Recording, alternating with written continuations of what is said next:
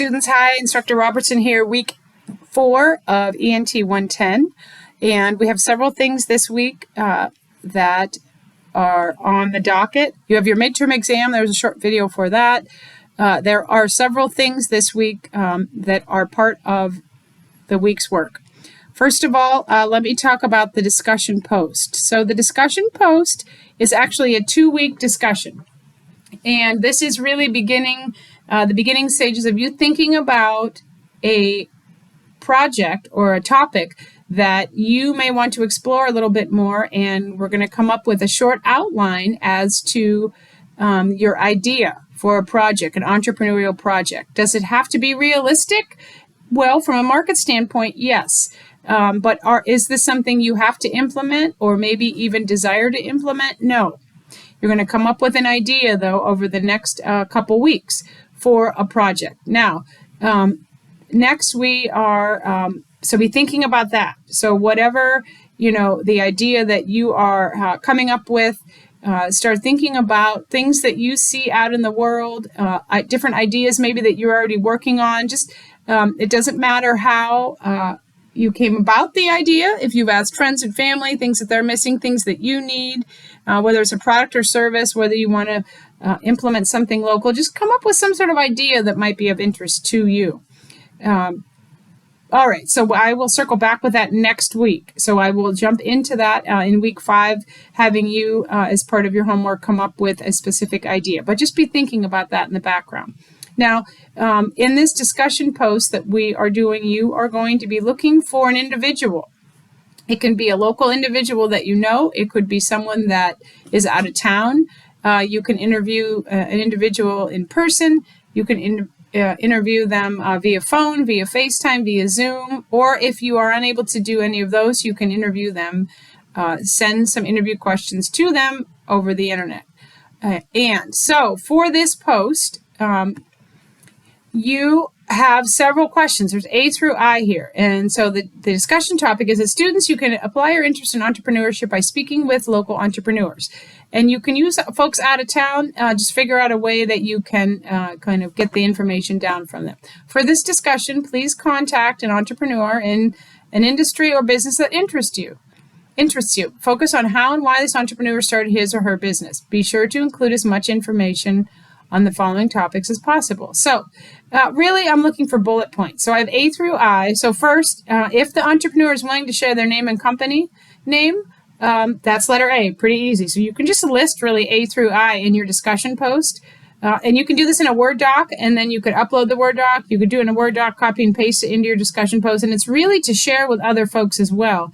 The entrepreneur and their success story. And maybe they started a business and maybe they've retired. That's okay as well. If you have questions, as always, you can reach out to me via text or via email, or you can make an appointment in person if you'd like. All right. And then a little bit of a background about the entrepreneur. And so then you'll maybe talk about their story a little bit. C, how did you find this person and why did you choose him or her? You may give a little blurb as to why you chose this individual. Maybe it's a relative, maybe it's a business you like, maybe it's someone you've worked for. You could interview an old, a person you currently work for, or maybe someone that you've worked for in the past. Why is this person an entrepreneur? So find out a little information as to why they started their own business. Did they do it because they wanted to be independent? Did they do it for financial reasons? Did they do it out of survival, for the challenge? What was the reason? And E, what influenced the entrepreneur to identify and pursue this opportunity?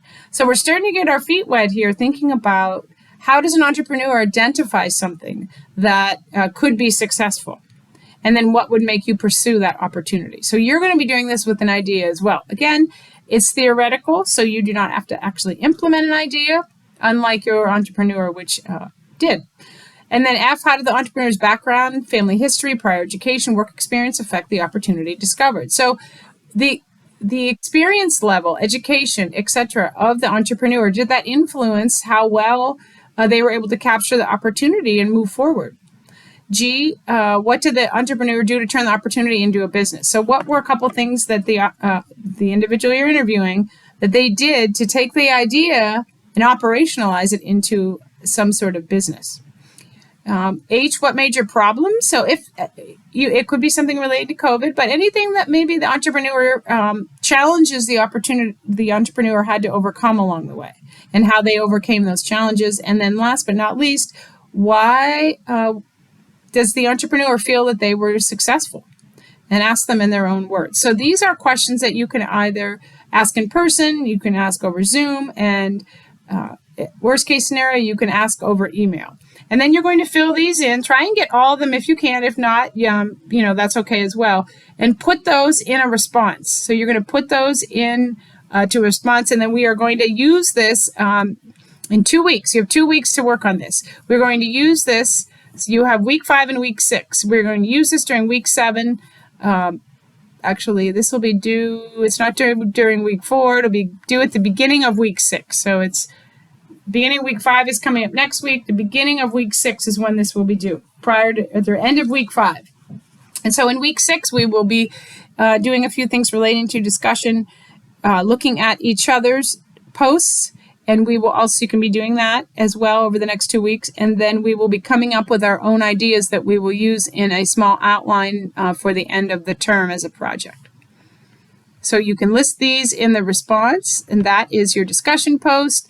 There is also a short video relating to Chapter 8, Marketing Your Small Business. I will get into Chapter 8 here in a minute. And there is also a homework assignment for week 4, the Chapter 8 homework questions, which all of these things are due next Monday by the end of the night, other than the midterm exam, which is due Sunday. So if you have questions about that, let me know. I'm going to jump into a little bit here with Chapter 8 and with the PowerPoint from Chapter 8 from your textbook. And so you do have access to the PowerPoint. You also have access to the textbook, which it kind of lays out this idea of entrepreneurial marketing, which really and truly is, we have a whole course here on entrepreneurial marketing. So this is a lighter chapter from the text, and really thinking about marketing and this idea of the marketing mix. And so thinking about traditional marketing versus some of the ways that we might capture different customers through an entrepreneurial mindset. And so some of the promotion types that could be out there are things that you already know, ways that you are hit. Social media is really big right now. Social networking, Snapchat, Twitter, Facebook, and getting your products out there. So a lot of entrepreneurs are starting on Instagram or starting on YouTube, starting on Twitter with their products. And they have a very low overhead by using those types of marketing opportunities. There are also things like, which you probably are aware of because they hit you, direct mail. We see direct mail, we see television ads, we hear radio ads, all the different ways, personal selling, sales promotions. So when there's a big sale, that really generates revenue and excitement. Free samples, rewards programs, coupons, all of those things are have advantages and disadvantages, but ways of marketing in this day and age. All right, and so thinking about some of the other things from Chapter 8, we have, if you look at Figure 8.5 in Slide 15, typically when we are thinking about doing market research and figuring out who we need to target, we are really defining a research goal. Are we looking for market share? Are we looking for a new market to go into? Are we trying to define a current market and give it parameters? And then once you figure out what your goal is, you're going to choose a design method, some way of moving toward of extracting the information from your targeted area. And then you're going to choose a specific sample to take that research design and kind of implement it into, are you going to do it with college kids? Are you going to do mailings to suburbia? Are you going to go to the mall and do a survey? What is the sample that you are looking for? And then once you've defined the sample that you are going to implement your research design upon, you will then start to collect the data. Once you have the data, you will analyze the data and move into the results section to figure out how do we take what we found and use it to market our product or service. And so looking at on Figure 8.6 in Slide 20, we see 8.6, we see something called this total market that's available. It's not always the market, though, that we're not going to be hitting that whole entire market. there might be only a portion of that we actually even is even serviceable to us. And then really from that grouping that is serviceable, there's really only a small target market that we are trying to hit and to attract to our product or service. And so there are several examples in the text of digital marketing opportunities and how we might get those out there. How we might get our product or service out to our target market. So there's a couple examples of entrepreneurial marketing strategies or techniques, and in table 8.5 or slide 28. So take a look at those. Relationship marketing creates customer loyalty through personal interaction, personalized communication to the individual customer. So this is a really big one, especially when we're selling higher priced items or we are breaking into a marketplace. Digital marketing, using all of the different marketing strategies, online ads, and the use of search engine optimization. So that is another one. You can pay to have your product boosted up, which most of you know, in the search engines. A few other things that are, there are a few taglines are important. Symbols, taglines, songs that are jingles. So there's a few examples here in table 8.6, slide 32, of companies that have a new tagline. Uber, get there. Snapchat, life is more fun when you live in the moment. Uptown, cheapskate, buy, sell, trade. These are things, and then some older, enduring taglines. Most of us know the Nike, just do it. Apple, think different. Subway, eat fresh. Walmart, save money, live better. This is table 8.7, slide 33. So all of these taglines are how individuals remember. Our target market remembers who we are and what we are about. So the other thing that's important in the marketing chapter is thinking about branding. And if we look at figure 8.11 and slide 35, this idea of a branding checklist is so important because we have to maintain that brand strength and build brand equity and then maintain brand equity. And so, the last step of the 8 steps is monitoring the brand, making sure that the brand is not being watered down, that our products and possibly our services are in line with what our brand our mission and our vision is for our company and our overall branding strategies.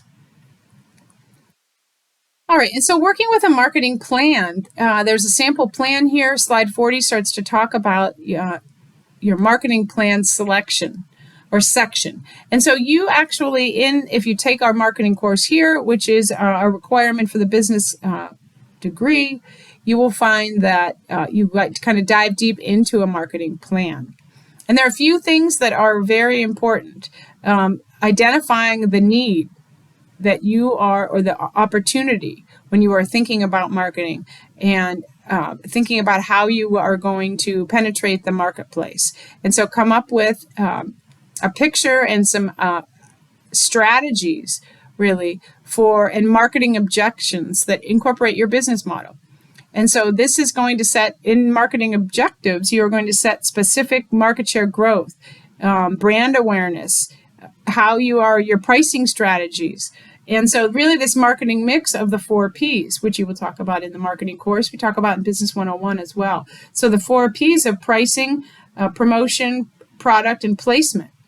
So what's the price that you are going to be starting at or marketing your product at? What are the attributes of the product or service? How are you going to promote? Which channels are you going to use to promote your product? And last but not least, how are you going to sell the product? Where are you going to sell it? And so thinking about placement, are you only going to sell it on the internet? Are you going to sell it in stores, boutiques? Are you going to have standalone stores? What's going to be that outlet? As you can see, some of my students that are in Business 101, we start to talk about the SWOT analysis. So you want to look at an analysis of strengths, weaknesses, opportunities, and threats of your own company and of your brand. What are some of those items? Okay, so chapter 8 then gets deep into this idea of marketing and also the 6-step sales process, which is important when we're thinking about selling. Prospecting, this is figure 8.15 in slide 46, prospecting, making the sales call, learn this prospect demographics, presenting a proposal. So once you figure out what the individual or qualified individual or group is looking for, then how are you going to present to them? If they have objections or things that they maybe don't like about the product or service, how do you handle that? And then moving forward into this idea of closing the sale.